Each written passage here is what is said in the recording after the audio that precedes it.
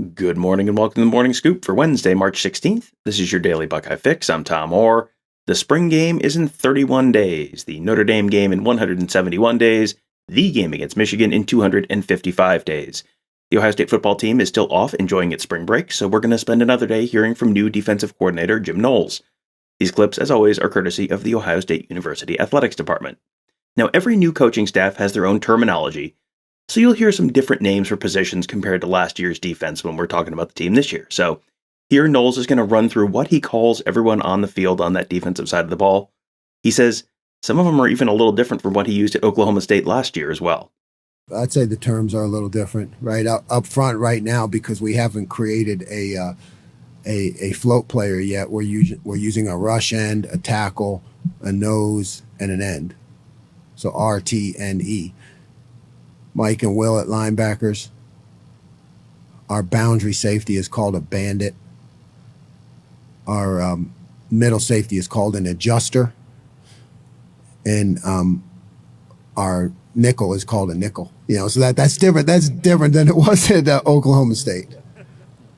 So sometimes when you move, you look at what you say. Well, I can really say this better. You know what I mean? That's so instead of calling the bandit like we did at Oklahoma State, he was the free safety. Well, the bandit is the boundary safety, right? It makes sense, B. And then instead of make that middle safety, we call him the adjuster because he is the guy that has to really adjust to the formation. So there's things you get to do when you take a new job to make things better for the players and understandable. Earlier in the week, you heard from offensive coordinator Kevin Wilson about the benefits and challenges of facing a defense as unpredictable as what Knowles runs.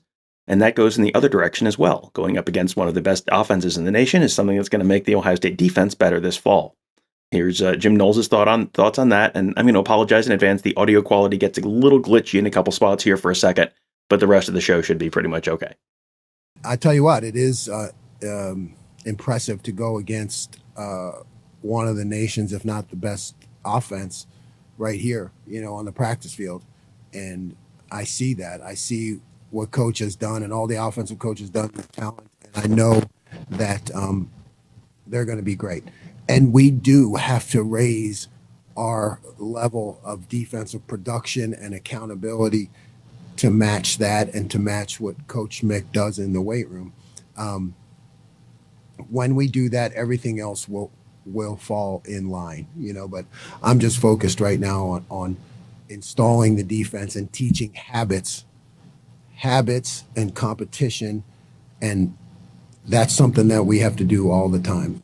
Habit of how we run on the field, how we run off the field, how we finish plays.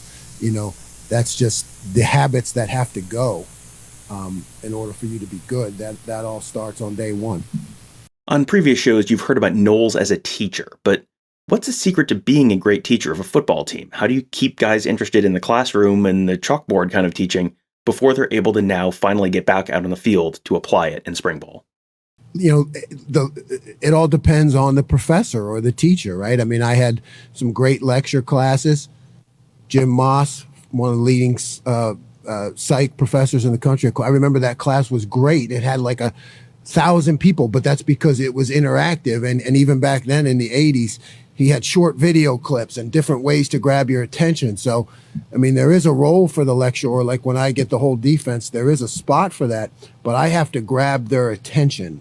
I have to give them a reason to be interested and stay interested and to respond back. Now, you're right, those things can't be long anymore.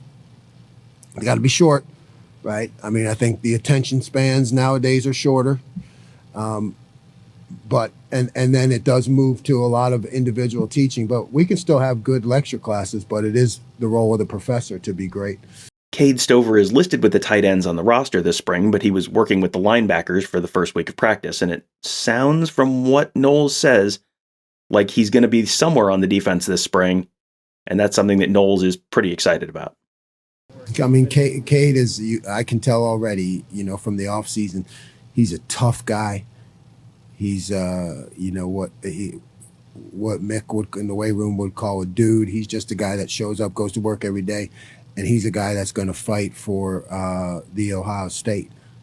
So I now have to find a role for him, right? So kind of starting off at linebacker, he would be a guy that might morph into that Leo Jack position.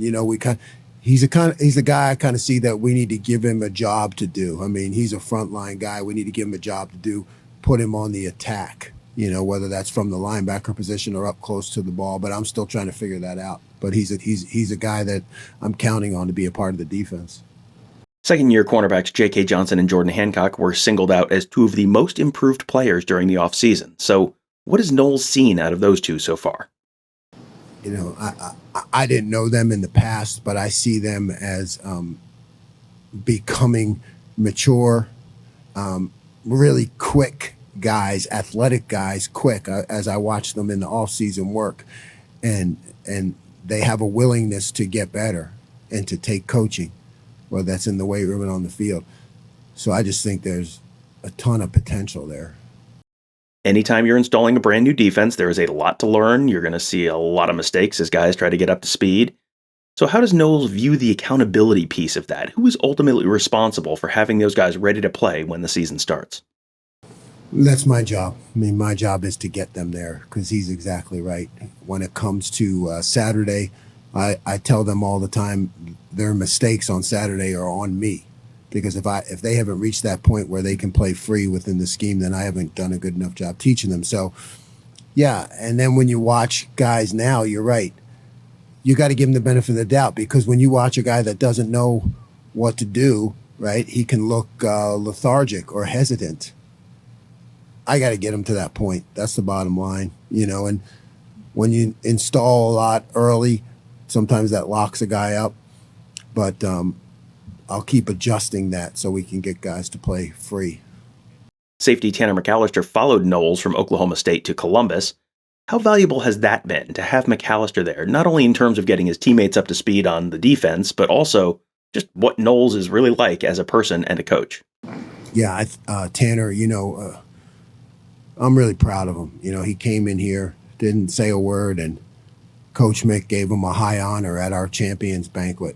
For a guy to come in and get that honor, I'm really proud of him, and to be a part of his life. But yeah, he's that guy who can talk to the players not only about scheme, but he can talk to them about me too. Day one, if I go from being Mr. Calm to, running around and screaming, he can say, hey, that's just Knowles. Chill out. He's fine. That's just the way he is. Don't take it personal. He just wants you to get better. That's, to have a guy their own age who knows me as a person, and he's going to, he's going to be able to tell the guys a lot about me, not just as a teacher and scheme, and he can teach the scheme, but he can tell them about me and how I operate and who I am. There has been a lot of talk this spring about the defensive end position and the linebackers and guys who might be moving back and forth between those two spots.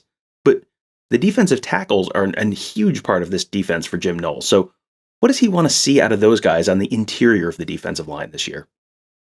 Yeah, this is exactly what Coach Johnson has taught all along for years.